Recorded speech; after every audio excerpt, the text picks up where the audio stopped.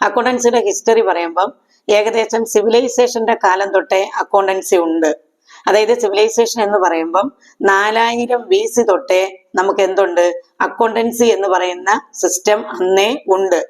അതില് ബാബിലോണിയൻസും ഈജിപ്ഷ്യനുമാണ് ആദ്യമായി അക്കൗണ്ടിങ്ങിനെ ഉപയോഗിക്കുന്നത്. അല്ലെങ്കിൽ അക്കൗണ്ടൻസി എന്ന് പറയുന്ന ഒരു സബ്ജക്റ്റിനെ അവരാണ് അവരുടെ ബിസിനസ്സിലൂടെ അത് ഉപയോഗിച്ച് വരുന്നത്. അപ്പൊ ആരാണ് ആദ്യമായി അക്കൗണ്ടിങ് എന്ന് പറയുന്ന സിസ്റ്റം അല്ലെങ്കിൽ ആ സബ്ജക്റ്റ് അല്ലെങ്കിൽ ആ സമ്പ്രദായം ഉപയോഗിച്ച് വന്നതെന്ന് ചോദിച്ചാൽ ബാബിലോണിയൻസും ഈജിപ്ഷ്യനുമാണ്. അവരുടെ ബിസിനസ്സുമായി ബന്ധപ്പെട്ടാണ് ഈജിപ്തുകാരും അത് ഉപയോഗിച്ച് വന്നത്. അപ്പൊ ആദ്യമായിട്ട് നിങ്ങൾക്കൊരു ക്വസ്റ്റ്യൻ, CSEBക്ക് നിങ്ങൾക്കൊരു ക്വസ്റ്റ്യൻ ചോദിക്കുന്ന ഇതായിരിക്കും, അക്കൗണ്ടിങ് അല്ലെങ്കിൽ അക്കൗണ്ടൻസി ഫസ്റ്റ്ലി യൂസ്ഡ് ബൈ എന്ന് ചോദിക്കുമ്പോൾ ബാബിലോണിയൻസ് ആൻഡ് ഈജിപ്ഷ്യൻ എന്ന് കൊടുത്തിട്ടുണ്ടെങ്കിൽ നിങ്ങൾ അതിന് ആൻസർ ടിക്ക് ചെയ്യുക. അതല്ല ബാബിലോണിയൻസ് മാത്രമേ തന്നിട്ട് ബാബിലോണിയൻസിന് ഓരോ ഓപ്ഷനും ഈജിപ്ഷ്യന് മറ്റൊരു ഓപ്ഷനും തരികയാണെങ്കിൽ നിങ്ങൾ ബാബിലോണിയൻസ് വേണം ടിക്ക് ചെയ്യേണ്ടത്. കാരണം ആദ്യമായി ഉപയോഗിച്ചത് ബാബിലോണിയൻസ് ആണ്. നമ്മൾ ചേർത്തങ്ങ് പറയുന്നതാണ് ബാബിലോണിയൻസ് ആൻഡ് ഈജിപ്ഷ്യൻസ് എന്ന്. ഇനി നമുക്ക് പറയാനുള്ളത്, നിങ്ങൾക്കറിയാം ഈ ബാബിലോണിയൻസ് എന്നൊക്കെ പറയുന്നത് നമ്മുടെ സിവിലൈസേഷന്റെ കാര്യങ്ങളിൽ വരുന്നതാണ്. ഓക്കെ, അപ്പൊ ഇതില് നിങ്ങൾ ബാങ്കിങ്ങിനും ഇത് തന്നെയാണ് വരുന്നത്. ബാങ്കിങ്ങിന്റെയും ആദ്യമായി ബാങ്കിങ് എന്ന് പറയുന്ന സിസ്റ്റം അല്ലെങ്കിൽ ആ മെത്തേഡ് ഉപയോഗിച്ചവരും ബാബിലോണിയൻസ് തന്നെയാണ്. അത് നിങ്ങൾക്കറിയാം. ഓക്കെ, ഇനി അർത്ഥശാസ്ത്ര എഴുതിയ ആരാണെന്ന് നിങ്ങൾക്കറിയാലോ. ആരാ? കൗടില്യൻ. അർത്ഥശാസ്ത്ര എന്ന് പറയുന്ന ബുക്കിലൂടെ ഈ അക്കൗണ്ടൻസിയെ പറ്റി എന്ത് ചെയ്തിട്ടുണ്ട്, അവർ കുറച്ച് കാര്യങ്ങൾ അതിൽ പറഞ്ഞിട്ടുണ്ട്. അപ്പം അർത്ഥശാസ്ത്ര എന്ന് പറയുന്ന ബുക്ക് റിട്ടൺ ബൈ ആരാ? കൗടില്യ, അല്ലെങ്കിൽ നമ്മൾ ചാണക്യ എന്ന് വിളിക്കും. ഈ കൗടില്യൻ ആരായിരുന്നു? കൗടില്യൻ എന്ന് പറയുന്നത് ചന്ദ്രഗുപ്ത സാമ്രാജ്യത്തിലെ മന്ത്രിയായിരുന്നു. അറിയാലോ എല്ലാവർക്കും. അപ്പം ഈ ആദ്യമായി ഒരു ബുക്കല്ല, ഏത് ബുക്കിലാണ് ഏതിനെ പറ്റി, അക്കൗണ്ടിങ്ങിനെ പറ്റി ഡീല് ചെയ്തിരിക്കുന്നത്, നോട്ട് ചെയ്തിരിക്കുന്നത് എന്ന് ചോദിച്ചാൽ ഏതിലാ? അർത്ഥശാസ്ത്ര എന്ന് പറയുന്ന ബുക്കാ. ഈ അർത്ഥശാസ്ത്ര എഴുതിയത് കൗടില്യൻ. കൗടില്യന്റെ ഒരു അതർ നെയിം ഏതാ? ചാണക്യൻ. അല്ലെങ്കിൽ ആ ചാണക്യൻ എന്ന് പറയുന്നത് ആരായിരുന്നു? ചന്ദ്രഗുപ്ത മൗര്യൻ എന്ന് പറയുന്ന ആ സാമ്രാജ്യത്തിലെ മന്ത്രിയായിരുന്നു. ആരെന്ന് പറയുന്നത്? ഒരു മിനിസ്റ്റർ ആയിരുന്നു. ആരെന്ന് പറയുന്നത്? ഈ പറയുന്ന കൗടില്യൻ. അദ്ദേഹമാണ് ആദ്യമായി ഒരു ബുക്കിലൂടെ അക്കൗണ്ടിങ്ങിനെ പറ്റി ഒന്ന് നോട്ട് ചെയ്തിരിക്കുന്നത്. നമ്മൾ പറഞ്ഞു വന്നത് അർത്ഥശാസ്ത്ര എന്ന് പറയുന്ന ബുക്കിനകത്ത് അക്കൗണ്ടൻസിയെ പറ്റി ഡീൽ ചെയ്തിട്ടുണ്ടെന്നാ. എന്നാൽ നിങ്ങൾക്കൊരു ക്വസ്റ്റ്യൻ ചോദിക്കുന്നത് അക്കൗണ്ടിങ്ങിന്റെ ഫസ്റ്റ് ബുക്ക് ഏതാന്ന് ചോദിക്കും. അപ്പൊ നിങ്ങൾ അർത്ഥശാസ്ത്രയാണോ എഴുതേണ്ടത്? അല്ല. അക്കൗണ്ടിങ്ങിന്റെ ഫസ്റ്റ് ബുക്ക് ഏതാണെന്ന് ചോദിച്ചാൽ ഏതാണ്? സുമ ഡി അരിത്തമെറ്റിക്ക എന്ന് പറയുന്ന ബുക്കാണ് ഏതെന്ന് പറയുന്നത്? അക്കൗണ്ടൻസിയുടെ ഫസ്റ്റ് ബുക്ക് എന്ന് പറയുന്നത്. റിട്ടൺ ബൈ ആരാ? ലൂക്ക പഷ്യോളി. ആരാണ്? ലൂക്ക പഷ്യോളി എന്ന് പറയുന്ന ഈജിപ്ഷ്യൻ മാത്തമാറ്റീഷ്യനാണ് അക്കൗണ്ടൻസിക്ക് ആദ്യമായി ഒരു ബുക്ക് എഴുതിയത്. അപ്പൊ ഫസ്റ്റ് ബുക്ക് ഓഫ് അക്കൗണ്ടൻസി എന്നോ അക്കൗണ്ടിങ് എന്നോ ചോദിച്ചാൽ നിങ്ങൾ ഏതാ എഴുതേണ്ടത്? സുമ ഡി അരിത്തമെറ്റിക്ക എന്ന് പറയുന്ന ബുക്ക് വേണം എഴുതേണ്ടത്. അല്ലാതെ അർത്ഥശാസ്ത്രയല്ലേ? അർത്ഥശാസ്ത്ര എന്ന് പറയുന്ന ബുക്കിനകത്ത് അതിനെപ്പറ്റി അക്കൗണ്ടൻസിയെ പറ്റി ഡീൽ ചെയ്തെന്നേ ഉള്ളൂ. പക്ഷെ ഫസ്റ്റ് ബുക്ക് ചോദിക്കുമ്പോൾ നിങ്ങൾ ഏത് വേണം എഴുതേണ്ടത്? ലൂക്ക പഷ്യോളി എന്ന് പറയുന്ന ഈജിപ്ഷ്യൻ മാത്തമാറ്റീഷ്യൻ എഴുതിയ സുമ ഡി അരിത്തമെറ്റിക്ക എന്ന് പറയുന്ന ബുക്ക് വേണം നിങ്ങൾ എഴുതേണ്ടത്. ഓക്കെ, ഈ ലൂക്ക പഷ്യോളി ആരാണെന്ന് നിങ്ങൾക്കറിയാമോ? ലൂക്ക പഷ്യോളി ആണ് അക്കൗണ്ടിങ്ങിന്റെ ഫാദർ എന്ന് പറയുന്നത്. അപ്പൊ ദ ഫാദർ ഓഫ് അക്കൗണ്ടൻസി എന്ന് ചോദിക്കുമ്പോൾ നിങ്ങൾ ആരാണെന്ന് പറയണം? ലൂക്ക പഷ്യോളി. ലൂക്ക പഷ്യോളി ആരായിരുന്നു എന്ന് ചോദിച്ചാൽ ആരായിരുന്നു? ഈജിപ്ഷ്യൻ മാത്തമാറ്റീഷ്യൻ ആയിരുന്നു. അദ്ദേഹം യഥാർത്ഥത്തിൽ ഒരു അക്കൗണ്ടന്റ് അല്ല. ആരായിരുന്നു? മാത്തമാറ്റീഷ്യൻ ആയിരുന്നു. അപ്പൊ അദ്ദേഹത്തിന്റെ ബുക്കാണ് ഏതായിട്ട് നമ്മൾ പറയുന്നത്? ഫസ്റ്റ് ബുക്ക് ഓഫ് അക്കൗണ്ടിങ് എന്ന് പറയുന്നത്. അല്ലെങ്കിൽ ഡബിൾ എൻട്രി സിസ്റ്റത്തിന്റെ ഫസ്റ്റ് ബുക്ക് ഏതാണെന്ന് ചോദിച്ചാലും അത് തന്നെയാ. പക്ഷെ ഈ പറയുന്ന ലൂക്ക പഷ്യോളി എന്ന് പറയുന്നത് ഒരു മാത്തമാറ്റീഷ്യൻ ആയിരുന്നു. അപ്പൊ അദ്ദേഹം മാത്തമാറ്റിക്സുമായി ബന്ധപ്പെട്ടുകൂടി ഏതിനകത്തുണ്ട്? ഈ നമ്മൾ പറഞ്ഞ ബുക്കിനകത്തുണ്ട്. അപ്പൊ അതുകൊണ്ട് തന്നെ ആ ബുക്കിന്റെ ഫുൾ നെയിം നിങ്ങൾ എപ്പോഴും ഒന്ന് പഠിച്ചു വെച്ചേക്കണം. ആ ബുക്കിന്റെ ഫുൾ നെയിം എന്ന് പറയുന്നത് Summa de arithmetica geometrica proportion et proportionality എന്ന് പറയുന്നതാണ് ആ ബുക്കിന്റെ ഫുൾ നെയിം. കാരണം എന്താണെന്ന് ചോദിച്ചാൽ അദ്ദേഹം മാത്തമാറ്റീഷ്യനാണ്. മാത്തമാറ്റിക്സുമായിട്ട് ബന്ധപ്പെട്ടാണ് ആ ബുക്ക് എഴുതിയിരിക്കുന്നത്. അതിനകത്താണ് ഏതിനെ പറ്റി നോട്ട് ചെയ്തിരിക്കുന്നത്?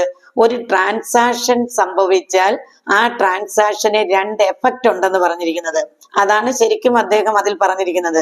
ഒരു ട്രാൻസാക്ഷൻ നടന്നാൽ ആ ട്രാൻസാക്ഷന് 2 എഫക്റ്റ് ഉണ്ടെന്നും അതുമായി ബന്ധപ്പെട്ട കാര്യങ്ങളാണ് ആ ബുക്കിനകത്ത് എഴുതിയിരിക്കുന്നത്. അപ്പൊ അത് മാത്തമാറ്റിക്സിനെ റിലേറ്റ് ചെയ്തുകൊണ്ട ബുക്കാ, അല്ലെങ്കിൽ മാത്തമാറ്റിക്സുമായി ബന്ധപ്പെട്ട ബുക്കാണ്. പക്ഷേ ഒരു ട്രാൻസാക്ഷൻ സംഭവിച്ചാൽ അതിന് 2 ആസ്പെക്ട് ഉണ്ട് എന്ന് പറഞ്ഞുകൊണ്ട് ഡബിൾ എൻട്രി സിസ്റ്റത്തിനെ പറ്റി സംസാരിച്ചിരിക്കുന്ന ആദ്യത്തെ ബുക്കാണ് ഈ ലൂക്ക പാഷ്യോളി എഴുതിയിരിക്കുന്ന ബുക്ക് എന്ന് പറയുന്നത്. അതുകൊണ്ട് തന്നെ നിങ്ങൾ ആ ബുക്കിന്റെ ഫുൾ നെയിം ഒന്ന് ഓർത്തിരിക്കുന്നത് നല്ലതാണ്. എന്താണ് ആ ബുക്കിന്റെ ഫുൾ നെയിം എന്ന് പറയുന്നത്? Summa de arithmetica, D E ആണ് ഡി എന്ന് പറയുന്നത്. De arithmetica geometrica proportion et proportionality. ഈ ഫുൾ നെയിം നിങ്ങൾ എപ്പോഴും ഓർത്തു വെക്കണം. ഇത് നിങ്ങൾ റിപ്പീറ്റ് ചെയ്ത് കേട്ടോണ്ടേ ഇരിക്കണം. കാരണം ഈ അക്കൗണ്ടിങ്ങിന്റെ ഫസ്റ്റ് ബുക്കാണ്. അപ്പൊ അതിന്റെ ഫുൾ നെയിം എന്താണെന്ന് ചോദിക്കാം. അതുകൊണ്ട് ആ ഫുൾ നെയിം എന്താണെന്ന് ഞാൻ ഒരിക്കൽ കൂടെ പറയാം. അതിന്റെ ഫുൾ നെയിം എന്താണെന്ന്. എന്താണ്? സുമ. സുമ എന്ന് പറയുമ്പോൾ SUMMA ഉണ്ട്. Summa de de arithmetica geometrica proportion et proportionality. ഇതാണ് ആ ബുക്കിന്റെ പേര്. അപ്പൊ നിങ്ങൾ ഒന്നുകൂടെ ഞാൻ ചോദിക്കാം, ഫാദർ ഓഫ് അക്കൗണ്ടിങ് അല്ലെങ്കിൽ അക്കൗണ്ടൻസി എന്ന് ചോദിക്കുമ്പോ ഏതാ പറയേണ്ടത്? ഏതാ പറയുന്നത്? ലൂക്ക പാഷ്യോളി. ഇനി റെഫറൻസിന് വേണ്ടിയുള്ള ഫസ്റ്റ് ബുക്ക് ഏതായിരുന്നു, അല്ലെങ്കിൽ റെഫർ ചെയ്തിട്ടുള്ള ഫസ്റ്റ് ബുക്ക് ഏതാണെന്ന് നിങ്ങൾക്ക് റെഫർ ചെയ്തിട്ടുള്ള ഫസ്റ്റ് ബുക്ക് ഏതാന്ന് വെച്ചാൽ അർത്ഥശാസ്ത്ര എന്ന് പറയാം. റെഫർ ചെയ്തിട്ടുള്ള, അതായത് അക്കൗണ്ടൻസിയെ പറ്റി പറഞ്ഞിട്ടുള്ള അല്ലെങ്കിൽ ഒന്ന് നോട്ട് ചെയ്തിട്ടുള്ള ഫസ്റ്റ് ബുക്ക് ഏതാന്ന് ചോദിച്ചാൽ നിങ്ങൾക്ക് എന്ത് ചെയ്യാം? ഈ അർത്ഥശാസ്ത്ര പറയാം. എന്നാൽ ഫസ്റ്റ് ബുക്ക് ഓഫ് അക്കൗണ്ടൻസി പറഞ്ഞു കഴിഞ്ഞാൽ നിങ്ങൾ ഏതാ പറയേണ്ടത്? അത് ശ്രദ്ധിച്ചോണം. ക്വസ്റ്റ്യൻ വരുമ്പോൾ വളരെ വ്യക്തമായി വായിച്ചിട്ട് വേണം നോക്കേണ്ടത്. ഫസ്റ്റ് ബുക്ക് ഓഫ് അക്കൗണ്ടിങ് ആണെങ്കിൽ ഏതാണ് പറയേണ്ടത്? സുമ ഡി അരിത്തമെറ്റിക്ക ജോമെട്രിക്ക പ്രൊപ്പോർഷനാറ്റ് പ്രൊപ്പോർഷണാലിറ്റി എന്ന് പറയുന്ന ബുക്കാ. അപ്പം ഇദ്ദേഹം ഒരു ഈജിപ്ഷ്യൻ മാത്തമാറ്റീഷ്യൻ ആയിരുന്നു. 1494 ഈ ബുക്ക് പബ്ലിഷ് ചെയ്തത്. എന്നാണ്? 1494 ഈ ബുക്ക് പബ്ലിഷ് ചെയ്തത്. ഇനി ഈ ബുക്കിൽ അദ്ദേഹം പറഞ്ഞിരിക്കുന്നത് ഡബിൾ എൻട്രി സിസ്റ്റത്തിനെ പറ്റിയാ. അപ്പൊ നിങ്ങൾക്കൊരു ക്വസ്റ്റ്യൻ ചോദിക്കാം, the first book about double entry system. Double entry സിസ്റ്റവുമായി ബന്ധപ്പെട്ട ഫസ്റ്റ് ബുക്ക് ഏതാണെന്ന് ചോദിച്ചാൽ ഏതാണ്? ഈ പറഞ്ഞ ബുക്കാണ്. ഈ സുമാഡി അരിത്തമെറ്റിക്ക എന്ന് പറയുന്നതാണ്. അത് റിട്ടൺ ബൈ ആരെന്ന് ചോദിച്ചാൽ ലൂക്ക പാഷ്യോളി, അതായത് ഫാദർ ഓഫ് അക്കൗണ്ടിങ്. ഏത് വർഷമാണെന്ന് ചോദിച്ചാൽ 1494 ഈ ബുക്ക് പബ്ലിഷ് ചെയ്തത്. ലൂക്ക പാഷ്യോളി സുമാഡി അരിത്തമെറ്റിക്ക എന്ന് പറയുന്ന ഈ ബുക്ക് എഴുതിയത് ഡബിൾ എൻട്രി സിസ്റ്റത്തിന് വേണ്ടിയിട്ടാ. ഡബിൾ എൻട്രി സിസ്റ്റം നിങ്ങൾക്കറിയാം, നമ്മുടെ അക്കൗണ്ടൻസി നമ്മൾ ഇന്ത്യയിൽ ഫോളോ ചെയ്യുന്നത് തന്നെ ഡബിൾ എൻട്രിയാ.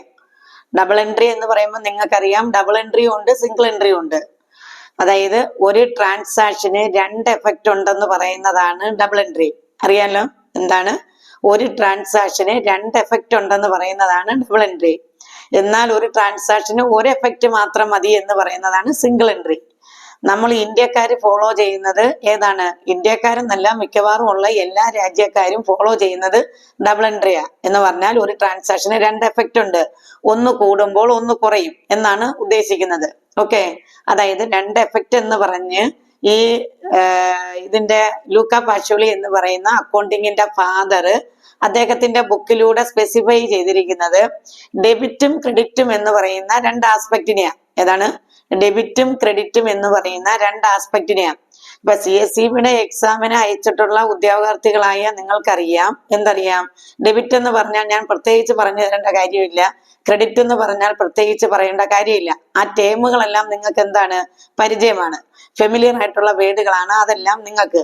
അപ്പം അതായത് ഈ ലൂക്ക പാഷ്യോളി എന്ന് പറയുന്ന വ്യക്തി ഒരു ട്രാൻസാക്ഷന് 2 ആസ്പെക്ട് ഉണ്ട് അല്ലെങ്കിൽ 2 എഫക്റ്റ് ഉണ്ട്. അത് വെച്ചുകൊണ്ടാണ് ഡബിൾ എൻട്രി സിസ്റ്റവുമായി ബന്ധപ്പെട്ട് ഈ ബുക്ക് ഇറക്കിയിരിക്കുന്നത്. ഇതിൽ ഒരു ട്രാൻസാക്ഷന് ഡെബിറ്റും ക്രെഡിറ്റും ഉണ്ടെന്നുള്ളതാണ് പറഞ്ഞിരിക്കുന്നത്. അത്രയും വരെ നിങ്ങൾക്ക് വ്യക്തമായില്ലേ? ഇനി നമുക്ക് അടുത്ത പറയാനുള്ളത്, ഈ ഡെബിറ്റ് എന്ന് പറയുന്ന വേർഡ് ഡിറൈവ് ചെയ്തത് ഏതിൽ നിന്നാണ്? അത് നിങ്ങൾക്ക് ചോദിക്കാൻ സാധ്യതയുള്ളതാണ്. കാരണം നിങ്ങളുടെ ഫസ്റ്റ് മൊഡ്യൂളിൽ തന്നെ പറയുന്നത്, അക്കൗണ്ടൻസിയുടെ ഫസ്റ്റ് മൊഡ്യൂളിൽ പറയുന്നത് ഈ മീനിങ്ങും ഡെഫിനിഷനും ഒക്കെ പറഞ്ഞു തുടങ്ങുന്നത് അക്കൗണ്ടൻസിയുടെ ബേസിനെ ഉദ്ദേശിച്ച. അപ്പൊ അതിൽ നിന്ന് നിങ്ങൾക്ക് ഒരു ക്വസ്റ്റ്യൻ ചോദിക്കാം. The word debit is derived from Italian word. Italian വേർഡിൽ നിന്നാണ് ഡെബിറ്റ് എന്ന് പറയുന്ന വേർഡ് ഒറിജിൻ ചെയ്തിരിക്കുന്നത്. ഇറ്റാലിയൻ വേർഡ് ഏതിൽ നിന്നാണ് ഒറിജിൻ ചെയ്തിരിക്കുന്നത്? ഡെബിറ്റോ എന്ന് പറയുന്ന വാക്കിൽ നിന്നാണ് ഏത് ഡിറൈവ് ചെയ്തിരിക്കുന്നത്? ഈ പറഞ്ഞ ഡെബിറ്റ് എന്ന് പറയുന്ന വേർഡ് ഡിറൈവ് ചെയ്തിരിക്കുന്നത്. ക്ലിയർ ആയോ നിങ്ങൾക്ക്?